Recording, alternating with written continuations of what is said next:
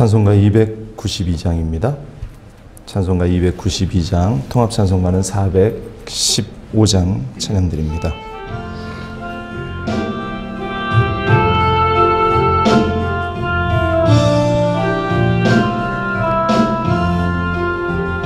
주 없인 살 수 없네 죄인의 구주여 그 귀한 보배 피로 날 구속하소서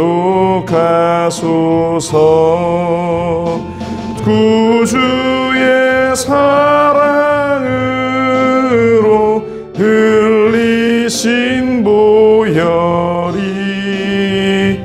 내 소망 나의 위로 내 영광 됩니다. 주 없이 살 수 없네 나 혼자 못 서리 힘없고 부족하며 지혜도 없도다 내 주는 나의 생명 또 나의 힘이라 주님을 의지하여 지혜를 얻으리 주 없이 살 수 없네 내 주는 아신다 내 영의 깊은 간구 마음의 소원을 나의 마음 위하라 주리요 내 마음 위로하사 평온케 하시네 주 없인 살 수 없네 세월이 흐르고 이 깊은 고독 속에 내 생명 끝나도 살아온 풍랑일 때 날 지켜주시니 내 곁에 계신 주님 늘 힘이 됩니다.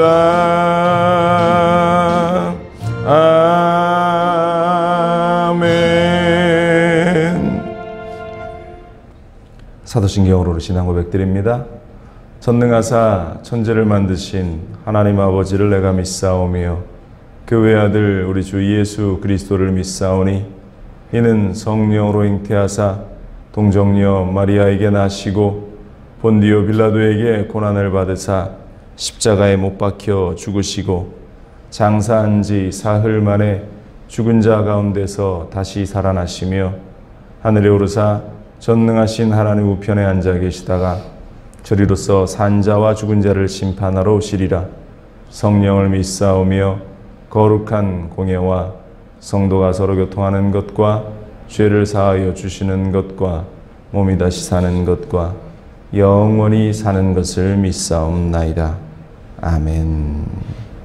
주님의 은혜를 기억하며 이 아침 또 첫 시간 주님 앞에 나아갑니다.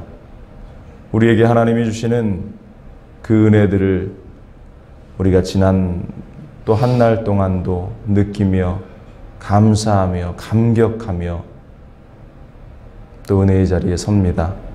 하나님 잊지 마시고 이 나라를 긍휼히 여기사 코로나의 이 모든 질병이 떠나가며 육신의 연약함 가운데 있는 자들이 회복되며 삶의 환경의 무게에 눌려 고통하고 있는 이들의 그 짐이 가벼워져 주님을 예배하고 주님을 찬양하는 놀라운 은혜가 다시 우리 가운데에 회복되어지고 넘쳐날 수 있게 하여 주옵소서. 이 아침 첫 시간을 주님의 손 가운데 올려드리오니 하나님 기억하여 주시고, 이 시간이 주님이 원하시는, 또한 주님이 흠양하시는 복된 시간으로 온전히 올려드릴 수 있도록 도와주옵소서. 성령 하나님께서 오늘 우리와 함께 하시고 승리를 허락하심을 믿고 감사하며 이 모든 말씀으로 주 예수 그리스도의 이름으로 기도합니다. 아멘.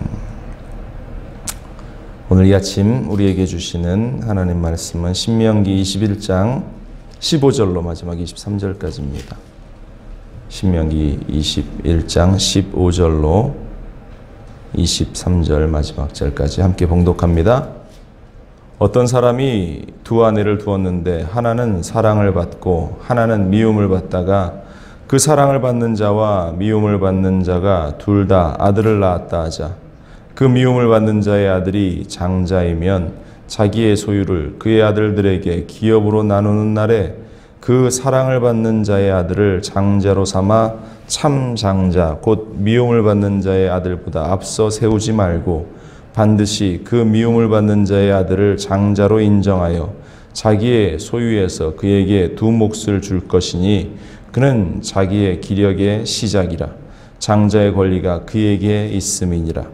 사람에게 완악하고 패역한 아들이 있어 그의 아버지의 말이나 그의 어머니의 말을 순종하지 아니하고 부모가 징계하여도 순종하지 아니하거든 그의 부모가 그를 끌고 성문에 이르러 그 성읍 장로들에게 나아가서 그 성읍 장로들에게 말하기를 우리의 이 자식은 완악하고 패역하여 우리 말을 듣지 아니하고 방탕하며 술에 잠긴 자라 하면 그 성읍의 모든 사람들이 그를 돌로 쳐 죽일지니 이같이 내가 너희 중에서 악을 제하라. 그리하면 온 이스라엘이 듣고 두려워하리라. 사람이 만일 죽을 죄를 범함으로 내가 그 사람을 죽여 나무 위에 달거든 그 시체를 나무 위에 밤새도록 두지 말고 그날에 장사하여 내 하나님 야훼께서 내게 기업으로 주시는 땅을 더럽히지 말라. 나무에 달린 자는 하나님께 저주를 받았음이니라. 아멘. 공동체의 질서를 위해서라는 제목을 가지고 또 주시는 말씀 묵상하기를 원합니다. 오늘 본문에는 세 가지의 규례가 등장을 하고 있습니다. 15절로 17절까지는 장자, 상속에 관한 그러한 권리에 대한 규례.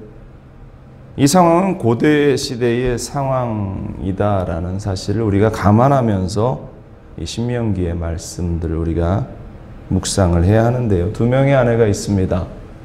그리고 한 여인은 미움을 받고 한 여인은 사랑을 받는데 미움을 받는 여인의 아들이 장남이고 사랑을 받는 여인의 아들이 차남일 경우 그 남자는 사랑하는 여인의 아들에게 장자의 권리를 주고 그를 장자로 세우려 할 것이다.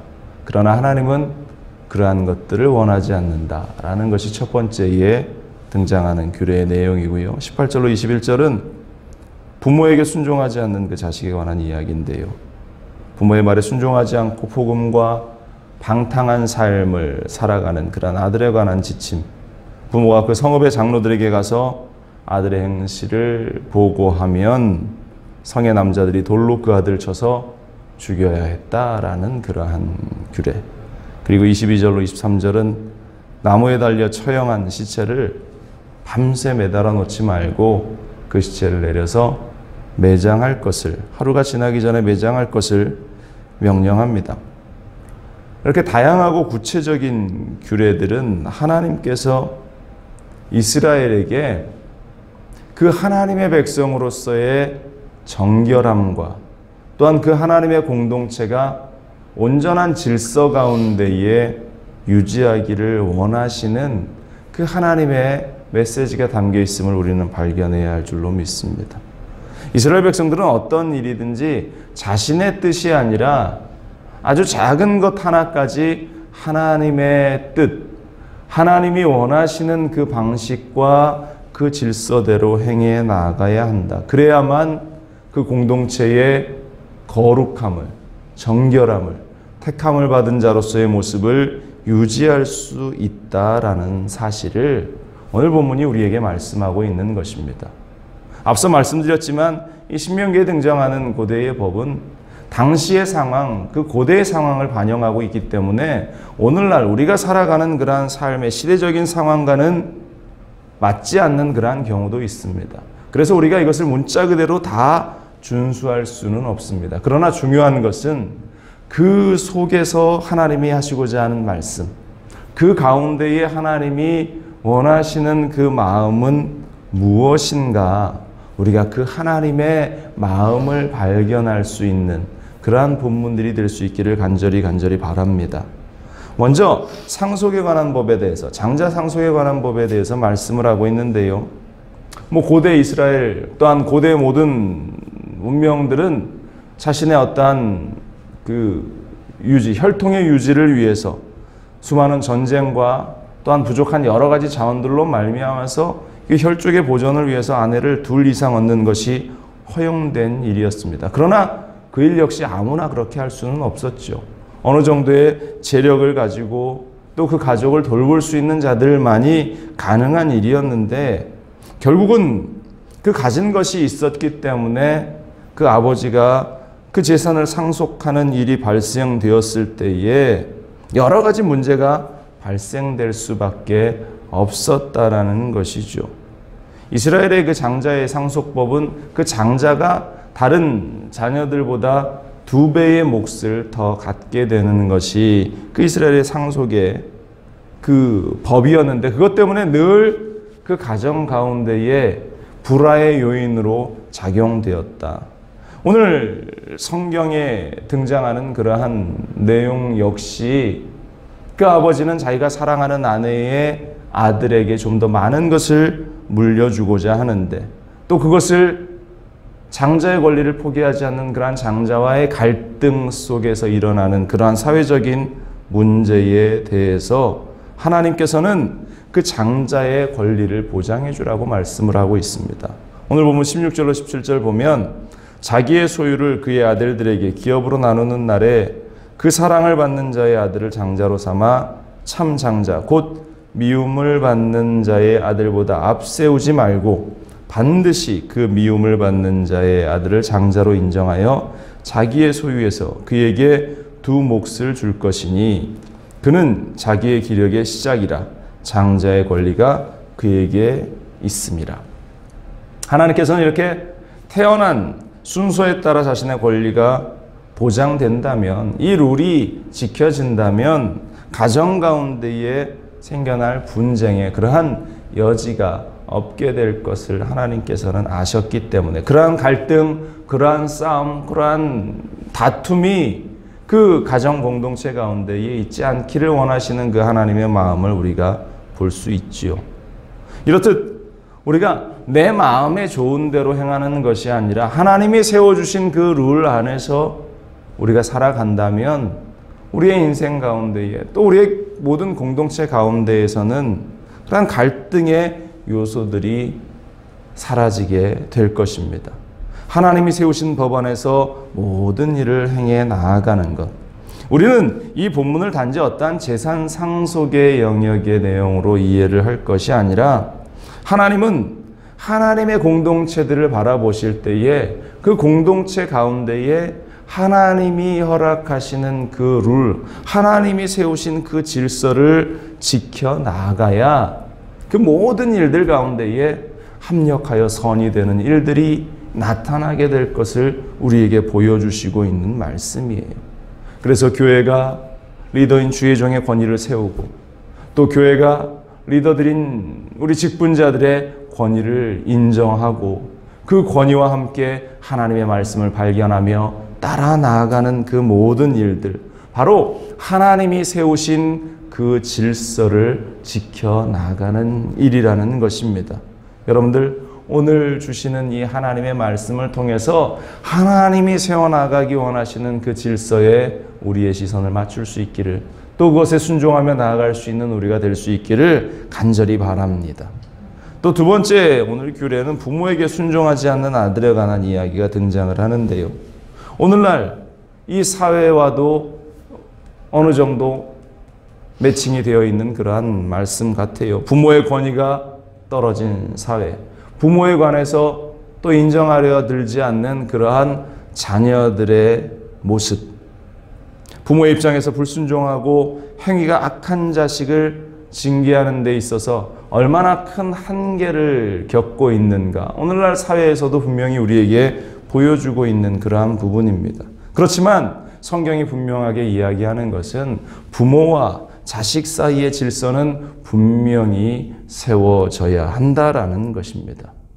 예를 들어서 이야기하죠. 만일 자식이 완악하고 패역하고 술에 취해 살고 바른 삶을 살지 못할 때에 또 부모의 말에 도무지 순종하려 들지 않는 그때에 부모가 그 성읍 장로들에게 가서 아들을 고발합니다. 그러면 부모가 아니라 성읍의 장로들이 남자들이 반드시 그 자녀를 돌로 쳐 죽여야 한다라는 그러한 규정이죠. 18절에 보면 사람에게 완악하고 패역한 아들이 있어 그의 아버지의 말이나 그의 어머니의 말을 순종하지 아니하고 부모가 징계하여도 순종하지 아니하거든. 21절에 그 성읍의 모든 사람이 그를 돌로 쳐 죽일지니 이같이 내가 너희 중에서 악을 제하리라. 그리하면 온 이스라엘이 듣고 두려워하리라. 사실 이 법이 적용되었다라는 그러한 기록들은 찾아보기 쉽지 않습니다. 아마도 이 법은 존재만 했을 뿐 실제로 이루어지지는 않았을 거예요. 자신의 아들들을, 자신의 자녀들을 그러한 법정에 세워서 돌로 죽게 하려고 하는 부모가 어디에 있겠습니까?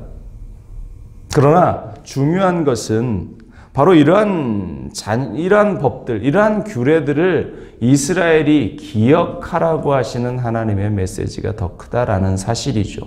부모를 공경하지 아니하고 부모에게 순종하지 아니하는 자들은 돌로 쳐 죽일 그러한 법, 그러한 잘못 가운데에 있는 것이다. 그렇기 때문에 자녀들은 그 가정의 질서 가운데에 부모에게 순종하고 부모를 공경하고 또한 하나님의 그 마음을 가지고 부모를 섬겨나가는 자들이 되어야 할 것이다. 바로 부모에 대한, 어른들에 대한 공경에 대한 질서를 세워나가기 위한 하나님의 그 마음이 그 가운데에 있다라는 사실입니다. 오늘 우리 사회 가운데에도 부모의 권위가 바로 서야 하는 것이죠. 그렇기 때문에 우리 자녀들에게 분명히 가르쳐야 하고 자녀들은 또 그 자녀들을 가르치면서 그 가정이 하나님의 질서 가운데에 온전히 설 수 있도록 그 가정의 힘을, 가정의 틀을 세워 나가야 할 것이다. 바로 이것이 하나님이 세우신 그 질서들에 대해서 앞서 말씀드린 그러한 어떠한 상속의 권리도 또 부모 공경에 관한 이것도 하나님의 질서를 세워나가기 위한 그러한 공동체의 규정들임을 오늘 이 아침에 우리는 바라봐야 할 것입니다. 또 세 번째 규례는 땅을 더럽히지 말라는 그러한 규례예요. 이스라엘 사회에서 사람이 잘못을 저질러서 처형을 당하게 될 때는 일반적으로 앞서 말씀드린 대로 이 아들을 돌로 쳐 죽여라 했던 것처럼 그 죄목에 대해서 돌로 쳐 죽이고 돌을 무더기에 쌓아서 무덤을 만드는 것이 일반적인 그러한 어떤 처형 집행 방법인데 정말로 극악한 죄인인 경우에는 처형한 후에 그 시체를 나무에 매달게 되어 있습니다. 그래서 주변의 사람들이 보면서 또 이방의 사람들이 보면서 이 처형에 대한, 이 사건에 대한 공포의 상징으로 삼기도 했는데 또 자신이 얼마나 화가 나고 얼마나 분노 가운데 있는가를 보여주는 그러한 방식이기도 했다라는 것입니다. 그런데 하나님께서는 이러한 나무에 매다는 극악한 처형이라 해도 그것을 밤새 매달아 두지 말 것을 말씀을 하고 있어요. 이미 나무에 매단다라고 하는 것은 하나님의 저주가 이 사람에게 임했다. 그만 그를 내려서 장사 지내고 묻어주라는 것이죠. 23절에 보면 그 시체를 나무 위에 밤새도록 두지 말고 그날에 장사하여 내 하나님 여호와께서 내게 기업으로 주시는 땅을 더럽히지 말라. 나무에 달린 자는 하나님께 저주를 받았습니다. 다시 말해서 오늘 성경이 이야기하는 것처럼 야훼께서 내게 기업으로 주시는 땅을 더럽히지 말라 이렇게 말씀을 하고 있어요. 그 시체를 계속 밤이 새도록 매달아 두는 것은, 다시 말씀드려서 그러한 행위를 하는 것은 이 그를 처형한 사람들의 그 분노와 그를 처형한 사람들의 그러한 어떠한 보복의 모습들이 계속 남아있는 그 모습이 상징되어지고 있죠. 하나님께서 그것을 내리라고 하는 것은 그 분냄을, 그 혈기냄을, 그 보복하고자 하는 그 마음들을 다 녹여버리라고 하는 것이, 하나님이 더 이상 그 마음을 품고 그것을 바라보지 말라. 하나님은 하나님의 사람들이 여전히 분노 가운데에 있기를 원하지 않습니다. 그래서 그 분노함으로, 그 보복함으로 하나님이 만들어 놓으신, 하나님이 택함을 받은 그 영역, 하나님이 주신 그 땅이 더럽혀지기를 원치 않고 계신다. 결국 분노와 혈기는 우리가 범죄하게 되는 원인이 된다라고 말씀을 하시는 것이죠. 마찬가지입니다. 이 땅을 살아가는 우리의 삶 속에서도 우리 자신은 우리의 삶의 그 영역과 우리가 살아가는 그 모든 것에는 하나님이 택하시고 하나님께서 허락하신 그 소중한 삶이라는 사실을 우리는 잊지 말아야 합니다. 그러므로 우리가 우리를 그러한 분노 가운데에, 또한 그 더럽히는 요소들 가운데에 하나님이 택하신 그 현장을 결코 더럽혀서는 안 된다. 이미 하나님의 형벌이 그 모든 죄악 가운데에 쏟아져 내렸기 때문에 그것으로 모든 것은 끝이 났다라는 사실을, 바로 이 성경이 나무에 달린 자를 그대로 밤새 내버려 두지 말라라고 하는 규정 가운데에서 우리가 바라볼 수 있는 그러한 어떠한 영역들이 되는 것이죠. 이 세 가지 규례, 장자의 상속의 권리, 부모를 공경하지 않는 아들을 죽여야 하는 권리, 나무에 매단 그 시체를 하루가 넘어가기 전에 내려 장사에 주어야 하는 그러한 권리, 이러한 모든 규례들은 그 공동체의 질서와 하나님이 정하신 그 땅에 대한 정결함과 연결되어 있다라는 것입니다. 여전히 우리 주위에 위로부터의 권위를 부정하는 자들이 있고, 또 부모를 업신여기는 부도덕한 요소들이 존재하고, 말할 수 없는 그 분노 때문에 이어지는 보복과 갈등의 요소들이 끊이지 않는 이 사회, 이 시대 가운데에서 우리가 본문을 보면서 묵상할 것은 그러한 악순환의 고리들은 반드시 끝이 나야 한다라는 것입니다.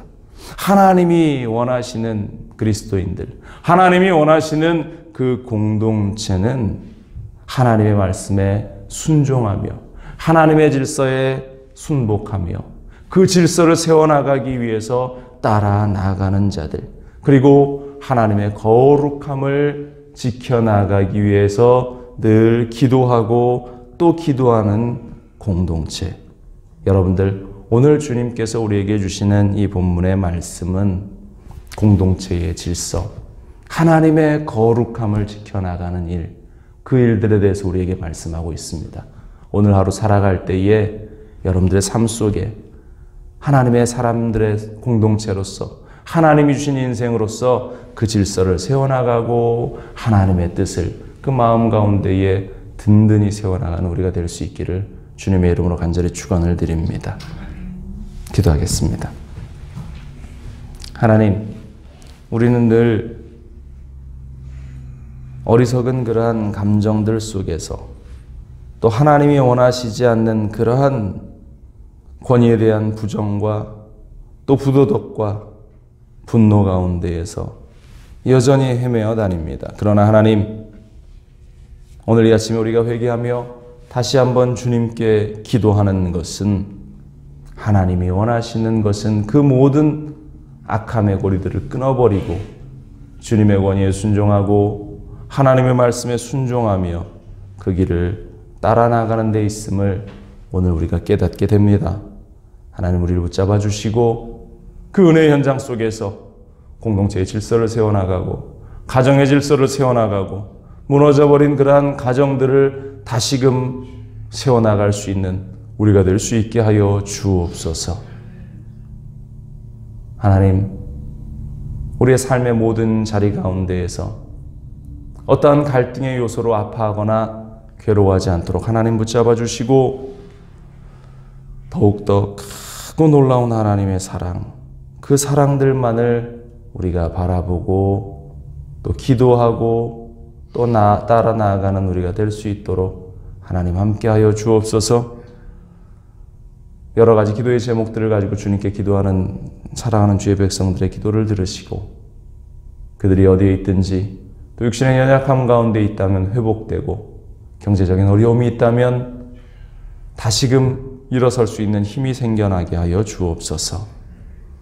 이 아침 우리가 또 특별히 우리 이정수 권사님 위해서 매일 기도하고 있습니다. 하나님, 주님을 향하는 그 마음, 주님을 향한 그 시선들이 우리 권사님 가운데에 넘쳐나서 지금 이 순간 주님과의 그 기쁨의 교제, 그 어느 때보다 소중하고 행복한 기쁨의 교제가 우리 권사님 가운데 펼쳐지게 하시고 마지막 주님을 바라보며 주님을 의지하며 걸어나가는 그 여정들 속에 주님께서 힘을 주시고 놀라운 은혜의 순간들을 우리 권사님에게 허락하여 주옵소서. 사랑하는 우리 지체들은 함께 기도할 따름입니다. 주님의 뜻을 구하며 주님의 말씀을 또 우리가 듣기 원합니다. 주님 함께 하시옵소서.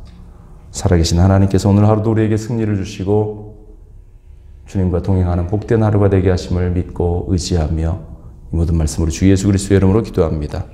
아멘. 하늘에 계신 우리 아버지여, 이름이 거룩히 여김을 받으시오며 나라가 임하시오며 뜻이 하늘에서 이루어진 것 같이 땅에서도 이루어지이다. 오늘 우리에게 일용할 양식을 주시옵고 우리가 우리에게 죄진 자를 사하여 준 것 같이 우리 죄를 사하여 주시옵고 우리를 시험에 들게 하지 마시옵고 다만 악에서 구하시옵소서. 나라와 권세와 영광이 아버지께 영원히 있사옵나이다. 아멘.